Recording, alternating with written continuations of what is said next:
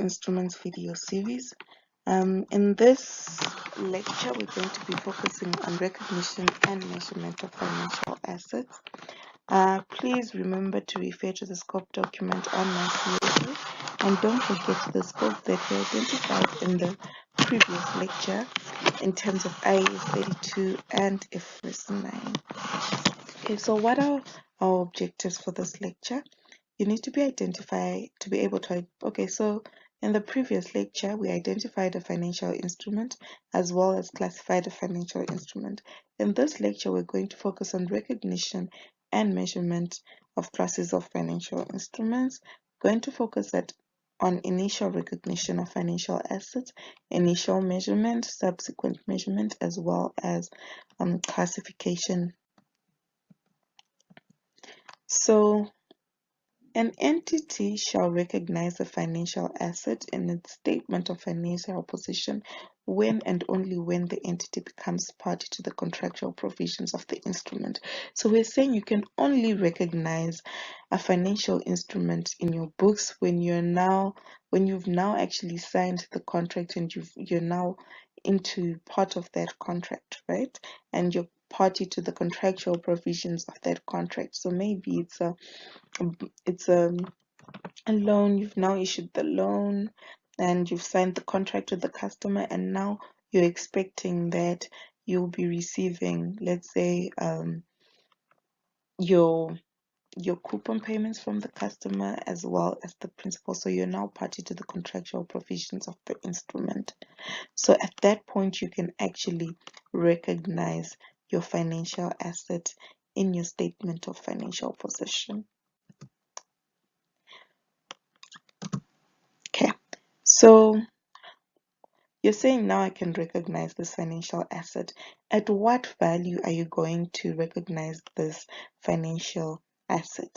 So for the initial measurement of your financial asset, you need to initially measure it at fair value, with the exception of trade receivables with no significant financing component, which you will actually measure at transaction price, which I'm sure you've been doing over the years and you're sure of. Your trade receivables, you always take into account a transaction price where there's no significant financing component. And you also need to measure your fair value inclusive of transaction costs. So you're going to measure your financial asset at fair value plus transaction costs if the asset is not measured at fair value through profit or loss.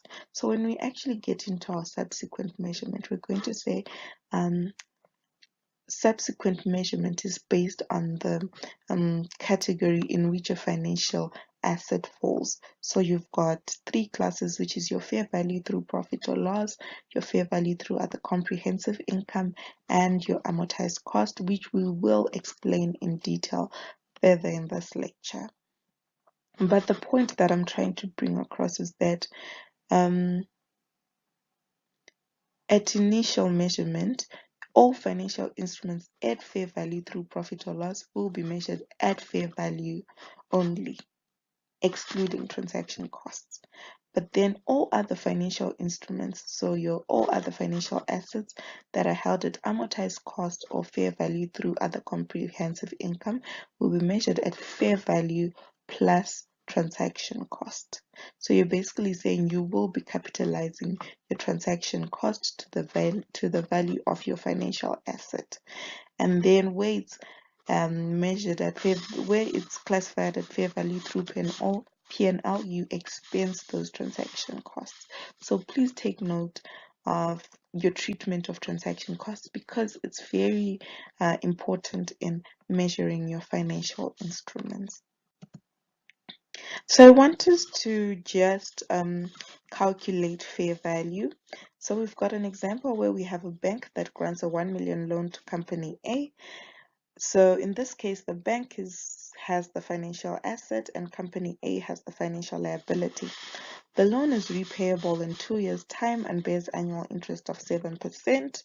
A similar loan in the market normally bears interest at 9% per annum. So we're saying that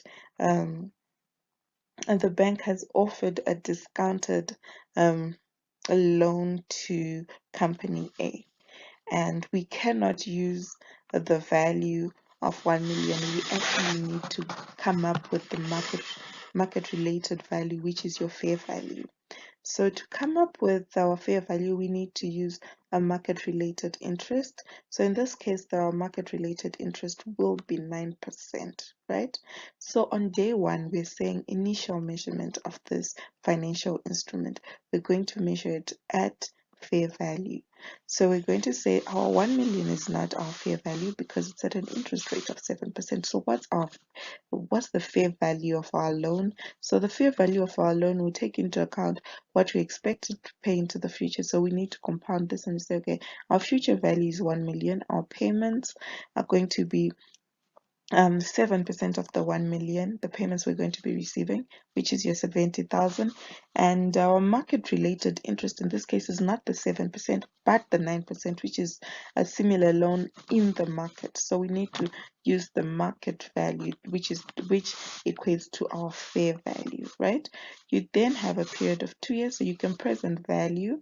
I'm sure you by this point know how to use your financial calculator at this point. So your present value will then reflect the fair value of this financial asset, which is your loan. So in this case, you can see that there are no transaction costs. So whatever class you had, your fair value through OCI, fair value through P&L, fair value other comprehensive income, the fair value of your instrument would be the same, to be 964,818. But in the case that you had transaction costs, confirm, let's say transaction costs of 3,000, your fair value for your amortized cost financial instrument and your fair value through OCI would be your 964,818 plus the transaction costs of 3,000. But but the measurement of your fair value through P&L would actually expense your transaction costs. So you'd initially measure your fair value through P&L financial asset only at 964,818. So I hope you took note of the distinction here. We're saying that you need to measure at fair value.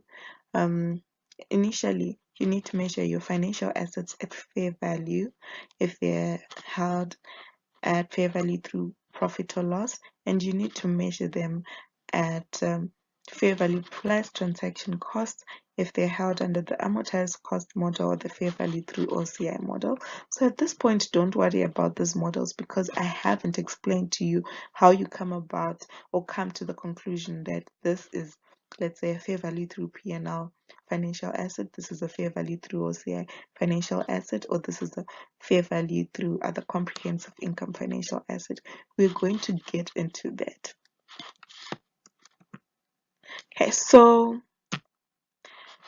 we now need to move on to subsequent measurement of financial instruments. So the way you measure your financial assets subsequently depends on the category of a financial instrument. So we've already identified the categories, which we said a fair value through profit or loss, fair value through other comprehensive income, or amortized cost, right? So now let's get into actually saying, okay, fine, I want to subsequently measure my financial asset, and so to measure it, I need to know the category of my financial asset. So your classification into fair value through P&L, fair value through OCI, or amortized cost will be based on the cash flow characteristics of the financial asset, right? As well as the business model. So with business model, we're saying the manner in which an entity expects to collect cash flows from their financial asset. So please take note of this for you to actually say, so I'm going to classify my financial assets at amortized cost. You need to have a business model of collecting contractual cash flows, and your cash flow characteristics should be such that your cash flows are solely collection of interest and principal, right? So can you see that we're actually classifying based on the two criteria we identified earlier, the business model and the cash flow characteristics of the financial instrument. So we're saying for you to measure a financial asset at amortized cost, your business model would be that you hold the financial assets only to collect contractual cash flows. And then the second criteria says look at the cash flow characteristics of the financial instrument.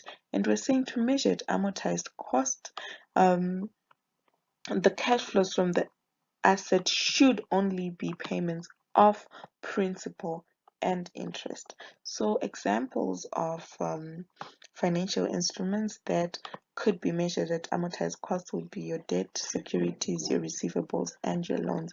Because you're saying, first of all, are you holding them to collect only collect contractual cash flows and not to sell them? So you're saying you're holding them to collect the principal amount and the interest, right? And then the cash flow characteristics, we're saying, oh, okay, I'm holding it solely to collect payments of principal and interest. This would be different if it was, let's say, a share. Can you say that you're collecting interest from shares? What you get from shares is dividends. It's not interest, right? So you then need to make sure you understand the cash flow characteristics of your instrument. So just to emphasize, to actually measure to actually say I will subsequently measure my financial assets at amortized cost, your business model should be to hold the financial assets only to collect contractual cash flows and not to sell them.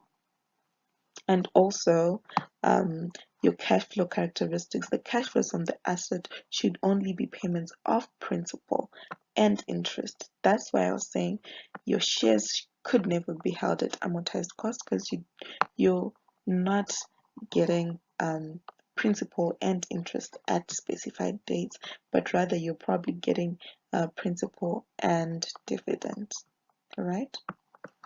Okay, let's move on to fair value through P&L. If you're holding an asset to sell at the opportune time, you will measure your financial asset at fair value through P&L. Just to jump back to amortized cost.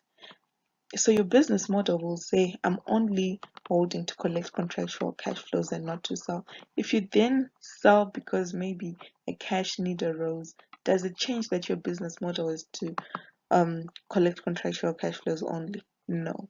Your business model is still to collect contractual cash flows. You only sold because you needed maybe some finance, right? So it stays at amortized cost. But then let's get into fair value through OCI, where you say my business model is to collect cash flows and to sell. So with your fair value through OCI instruments, you could hold them till maturity, or you could sell them based on what will maximize your returns. But your business model is basically saying, I will collect contractual cash flows and sell if it's favorable to me.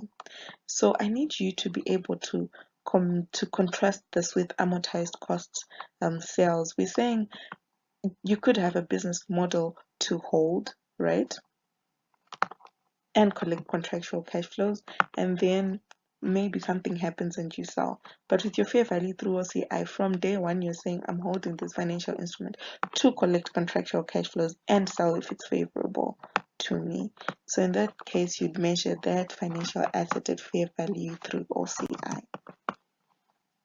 Please note that as much as based on the business model and the cash flow characteristics of financial asset, it might fall into amortized cost or fair value through OCI. It is possible for the entity to irrevocably designate the financial asset as measured to fair value through profit and loss, and this is only done if doing so eliminates or significantly reduces a measurement or recognition inconsistency. This is like an accounting mismatch where you're saying, if I measure at amortized cost or fair value through OCI, I will not faithfully represent the transaction of this contract, the cash flows and whatnot, so I would rather measure it at fair value through P&L.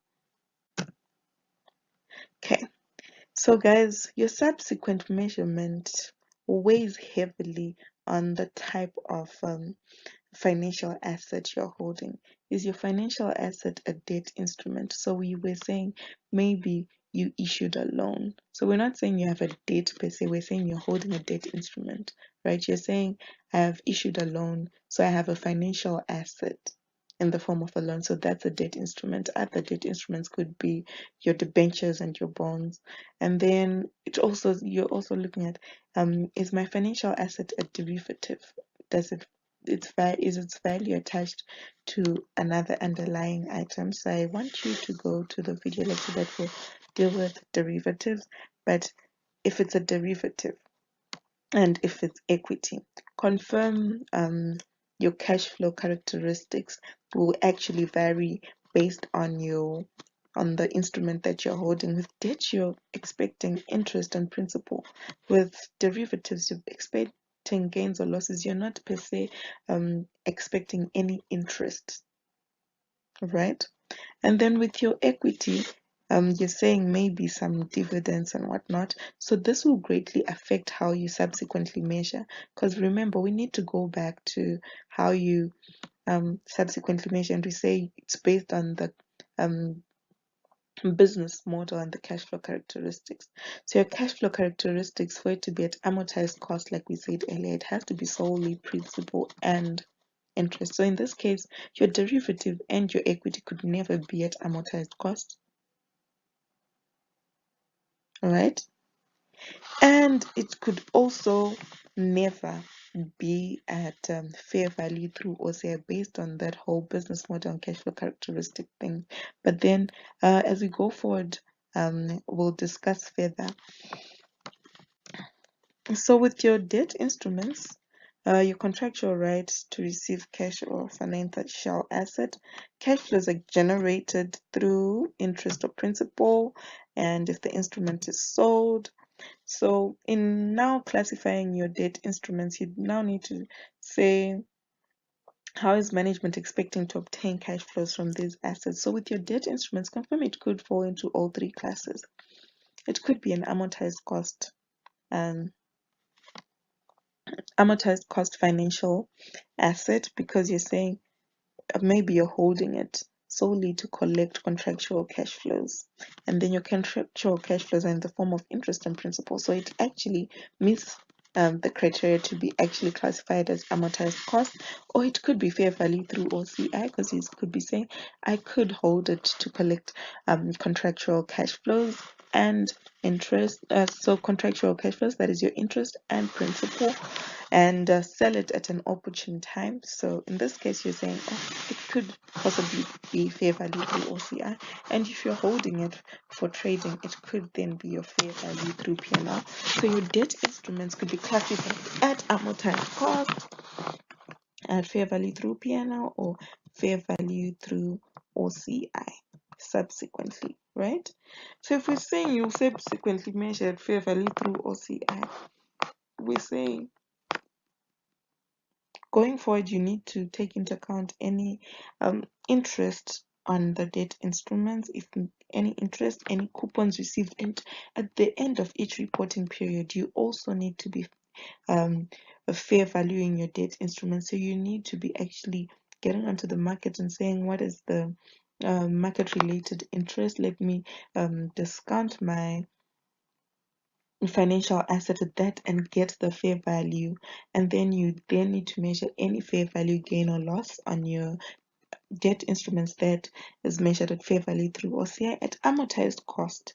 I'm sure you remember this from undergrad. What's important is just your interest and your coupon, right? There are no fair value adjustments there. So subsequently, you're saying, after I've measured my financial asset at fair value plus transaction costs for amortized cost and fair value through OCI, what do I need to be doing? So with your amortized cost, you need to then be taking into account any interest income, as well as any coupons that you've effectively received.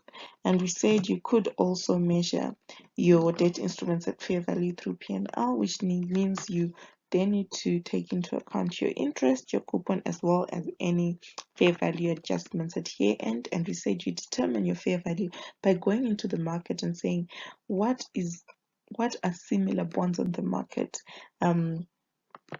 yielding. What's the rate that they're yielding, right? And then you use that to calculate your fair value, and you compare with the carrying amount into your books after taking into account interest, income, and any coupon payments. And remember, like you said, amortized cost of fair value through OCI financial instruments can still be designated at fair value through P&L if this would eliminate or significantly reduce accounting mismatches. Okay, so I want us to get into examples where we're going to say, is this asset at amortized cost? Is it at fair value through OCI? Is it fair value through P&L? And how am I going to subsequently measure it, right? So on one match, G Limited purchases bonds in B Limited at a discount of 10% to the face value when the market interest rates on similar instruments were 16.3493. The total face value of the investment in bonds is 200,000. A coupon rate of 12% per annum is payable in arrears on 30 August and 28 February, and the bonds will be repaid on 28 February 2015 at face value. Transaction costs amounted to 2,000. The investments in bonds is held within a business model whose objective to collect contractual cash flows. So now we're going to say what type of instrument is this? This is a debt instrument, which therefore means that it could be fair value through OCI, amortized cost, fair value through P&L, but we now need to look at the business model as well as the cash flow characteristics. And because it's the debt instrument, cash flow characteristics, we're saying we're receiving solely payments of interest and principal at specified dates, right? And then we're also saying we're given the business model and we're told is to collect contractual cash flows. So classification, what do you guys think? It's definitely amortized cost because business model is collecting of contractual cash flows, and cash flow characteristics are solely payments of interest and principal at specified dates. We're actually told at what dates these payments are going to be made. So if we go back to our initial measurement, we said we measure initially at fair value. So what's our market related interest? It's 6.3493, and our payments are made semi-annually. So we need to show this, and actually when we're now present valuing, we need to show that our coupon is received semi-annually. So therefore your end cannot be 3 years. It needs to be 6, because we're saying 3 years times the 2 payments in the year, right? Your future value is your 200,000. Your payment is your 200,000 at 12% at 6/12. And then your I is your 16.3493 over 2. So you then come up with your fair value, which is your 180,000, right? Fair and fine. So day one, you say debit my financial asset. So you're going to debit your amortized cost financial asset at 180,000, and then you will credit your bank. And at this point, we're told that it was they were issued at a discount of 10%. You're going to say 90% of your 200,000. And what do you get? Right, so you will notice that your bank is then 180,000. Don't have any gains or losses there. And remember, we're saying we need to take note of transaction costs, right? So since this is at amortized cost, we said we add our transaction costs, so basically capitalizing. So we're going to say amortized cost financial asset, debit that with the transaction cost of 2,000 and credit our bank with 2,000. And subsequently with amortized cost, we said we need to worry about what's our interest income, and then we also need to take note of the fact that we're receiving our coupon, which will reduce the balance we have in our books and the balance we're going to calculate our interest on in the following year. So we definitely need to say, okay, fine, debit bank with the coupon received of 12,000. So maybe this is at 30 August with the 12,000, and we credit our financial asset, because a component has been paid back. We're basically saying what we're holding as a financial asset has reduced because we've gotten a repayment from B Limited. And then you also then need to say, okay, what's the interest rate that I should charge? So because you've capitalized transaction costs, confirm your fair value has been affected. Therefore, your interest rate of 16.3493 did not take into account your transaction costs. Once you capitalize transaction costs, you now need to adjust your effective interest rate, recalculate it to show that they're also transaction costs. So yeah, recalculate your effective interest. Now your present value is your 180,000 plus the 2,000 transaction costs. Your other inputs remain the same, and you're solving for I to get the new effective interest rate. That's the rate you're going to actually use to calculate your interest income. And so this example is also in your module. Just go look at it so that you follow through the journals and the explanations that I was going through. Okay, let's go to another example where we have a fair value through OCI.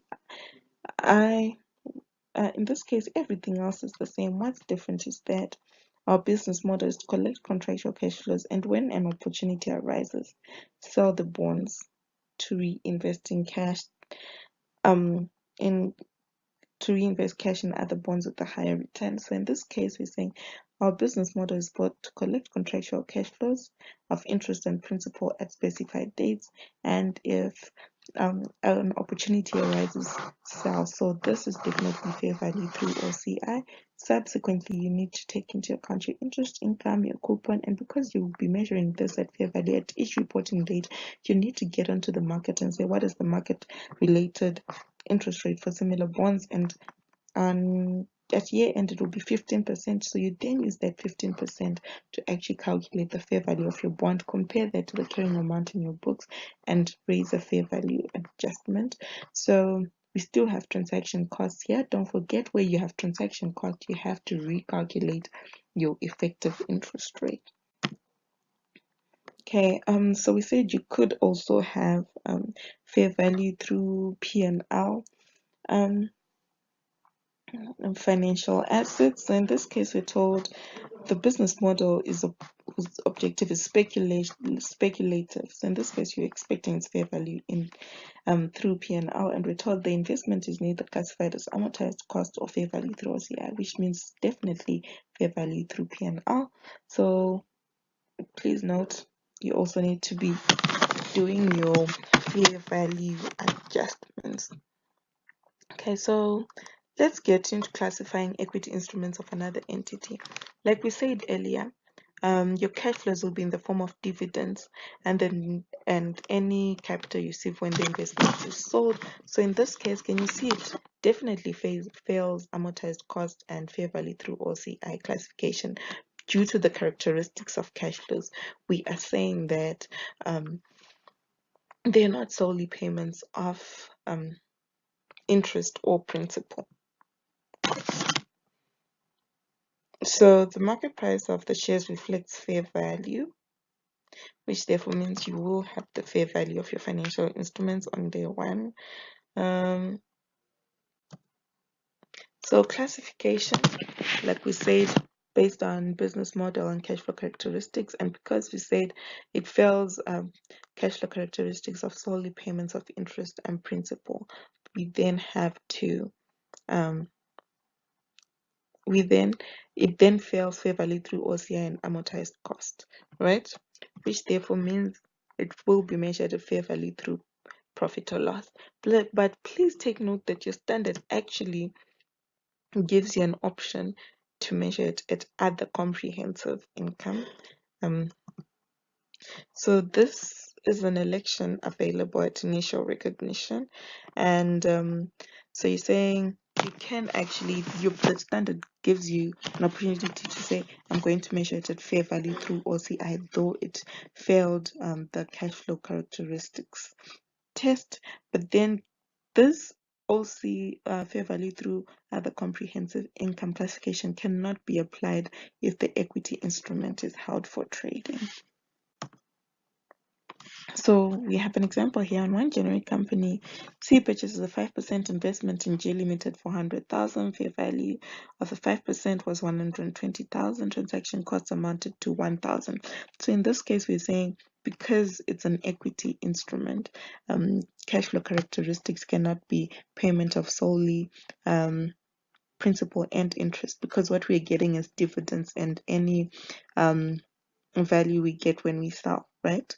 So it should thus be measured at fair value through P&L. But remember, like I identified earlier, the standard gives you an option at initial recognition to actually irrevocably designate equity instruments at fair value through OCI, though it would have failed the cash flow characteristics test. So it could also be measured at fair value through OCI. So if it's fair value through P&L, what did we say we do with our transaction costs? We expense them, right? But then if it's fair value through OCI, would then have capitalized these transaction costs of 1,000. Okay, so let's get to derivative contracts. So with derivative contracts, the value in the contracts will be realized in cash through net settlement or gross settlement. So we're saying you've bought an option, right? So your derivative, you've bought an option to purchase maybe grain or whatever. Let's go back to the example in the first lecture where I was saying you buy an option to purchase grain, right? So you could get the value from this contract by saying on settlement date, what's my gain or loss? Then you get cash or another financial instrument, or you could actually get the grain on hand, right? So based on how it's settled, we said if it's net settlement, therefore classifies it therefore qualifies as a financial instrument, but if it's gross settlement, doesn't qualify as a financial instrument. So if it's net settlement, you then need to go back to saying what is in which manner does management expect to gain cash flows from their assets. So in this case, we're saying the cash. So we're saying, okay, maybe they're holding to correct cash flows, but then the cash flow characteristics from a derivative, you're not getting interest or principal. You're getting that gain on settlement date, right? Which therefore means it can only be classified as fair value through P&L. So let's go through an example. Company M believes that the price of gold is expected to increase over the next few months and has entered into a contract to purchase 1,000 ounces of gold for a fixed price of FC 1,000. Company M entered into the contract on 30 November 2015 and settlement date is 30 April. The fair value of the contract at year end is 200. Fair value of the contract at year end 30 April is FC 350. The price of gold is 2,050 for 1,000 ounces on 30 April. So we're saying Company M could say, I want my gain, the difference between the 1.7 and the 2,050, or they could actually want the gold.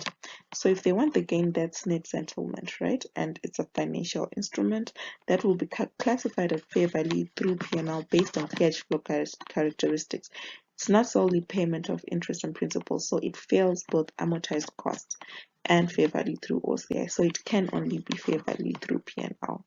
But if it is gross settled, we're saying it's not a financial asset and is rather an executory contract, which is only recorded when at least one of the parties performs. I hope you can now classify your financial instruments and you've taken note of the fact of, okay, so initial measurement, we said fair value, right? If it's fair value through P&L, if it's a fair value through P&L financial asset, because transaction costs you would expense in that case. But if it's fair value through OCI or amortized cost, we said it's your fair value plus transaction costs. And we said subsequent measurement depends on what type of financial asset it is, right? And your financial asset is based on business model as well as characteristics of cash flows, right? And we said in determining what type of financial asset it is, you actually then need to say, okay, is it a debt instrument, is it a derivative, or is it an equity instrument? Because the cash flow characteristics of a debt instrument are different from those of a derivative and an equity. You know that for equity and for derivatives, you never actually receive payments of interest. All right, which therefore means they could never fall under amortized cost or fair value through OCI. But equity, there's that exception where you can irrevocably designate it at fair value through OCI. So I hope you guys have an understanding of how to classify your financial assets. Please go back to your module and go through the examples and go through the journals. And yeah, I hope this was helpful.